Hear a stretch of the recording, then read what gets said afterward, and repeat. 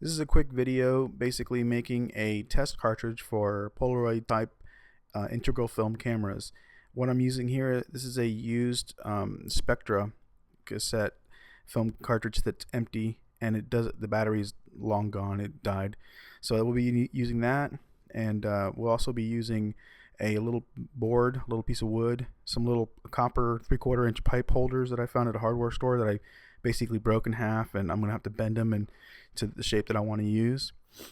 And then also I'll be using one Radio Shack little 4 AAA holder that I'll be using as well. So first you're going to want to rip out that little piece of metal inside the film cartridge. It's just like aluminum or something soft. It's easy to rip out of there.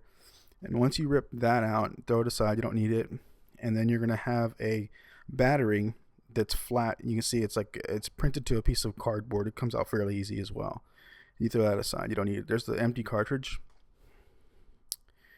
And what I usually do is I'm going to mark that left side with a plus symbol. That's the positive, so I know that's the positive terminal. And what I'm going to do is mark this piece of wood and mark it to the approximate width of the inside of the cartridge. It's going to fit under a little lip. So you saw that. Once you have the wood cut to size, it doesn't have to be perfect. It can be a little narrow like this one is. It doesn't matter. It's not rocket science or anything. Anyways, what you're going to want to do is mark the position of these little two contacts here, and you're going to want to do that by I'm going to pre-drill and stick these screws in there that I just had laying around. What you want to do is mark it to line it up with the two slits on the bottom of the cartridge.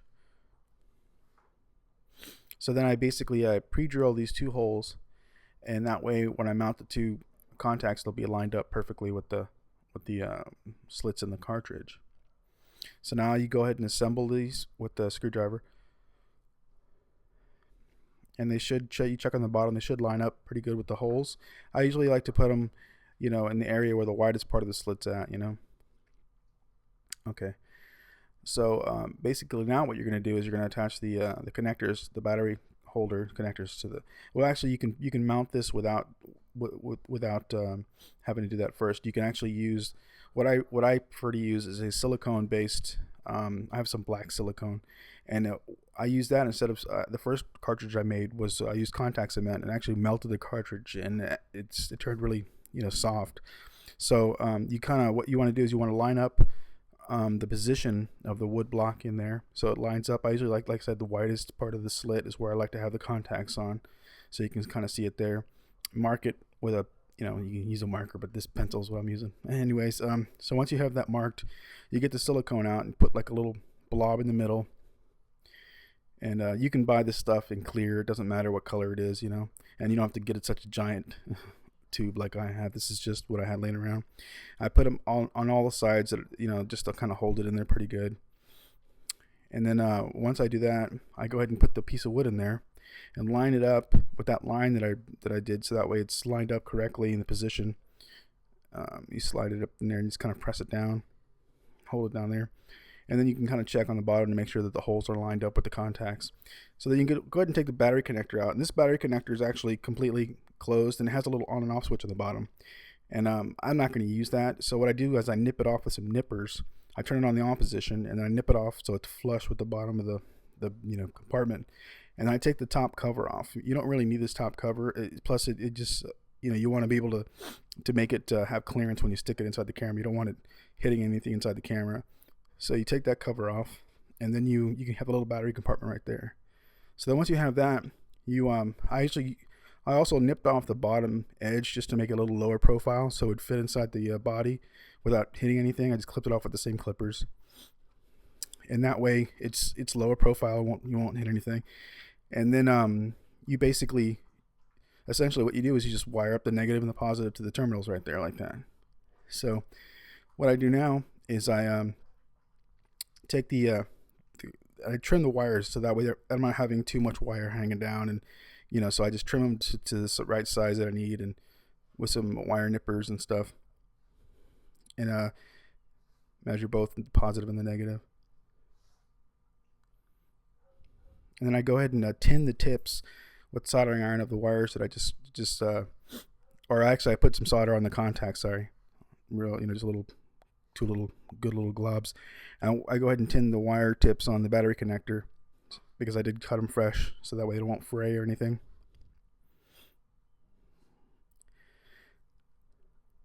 And essentially, that's pretty much it for that. And then you basically just do a quick solder job.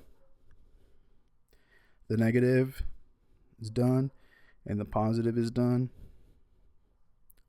Bam. Okay, so once they're hardwired, that's all the soldering you're going to have to do. So then you're going to put the little tray inside there, and you can see that if you let it slide too far back, the last battery you won't be able to get to it. So you want to make sure when you mount it that it's pushed forward enough so it has enough clearance to get that last battery. So I break out the silicone once again, put a nice big glob. You don't have to go overboard like I did here. I put a little bit too much, but anyways. So once you get that, you just go ahead and press the battery holder down in place. Tuck the wires in a little bit if you want, so they don't stay up. And you just basically line it up, and then from there you just you want to make sure that nothing's hanging up that's gonna get caught when you slide the cartridge in the camera. You push the wires down, like I said. Make sure the battery compartment's pushed forward enough so that you have clearance for all 4 of the batteries to be taken out. And then I just put a weight on it and let it dry for a couple hours because it takes a while for it to dry. So that's pretty much it right there. And then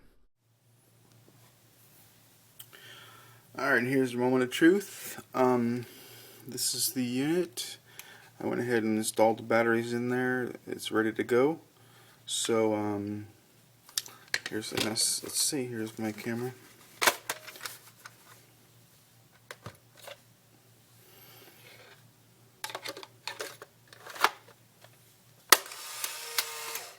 And there she goes. And batteries. There it goes. And here's the one I previously made for 600 camera. I hope this video was helpful, and this is a simple thing you can do to test your Polaroid cameras without having to buy a new package of film. Thanks for watching.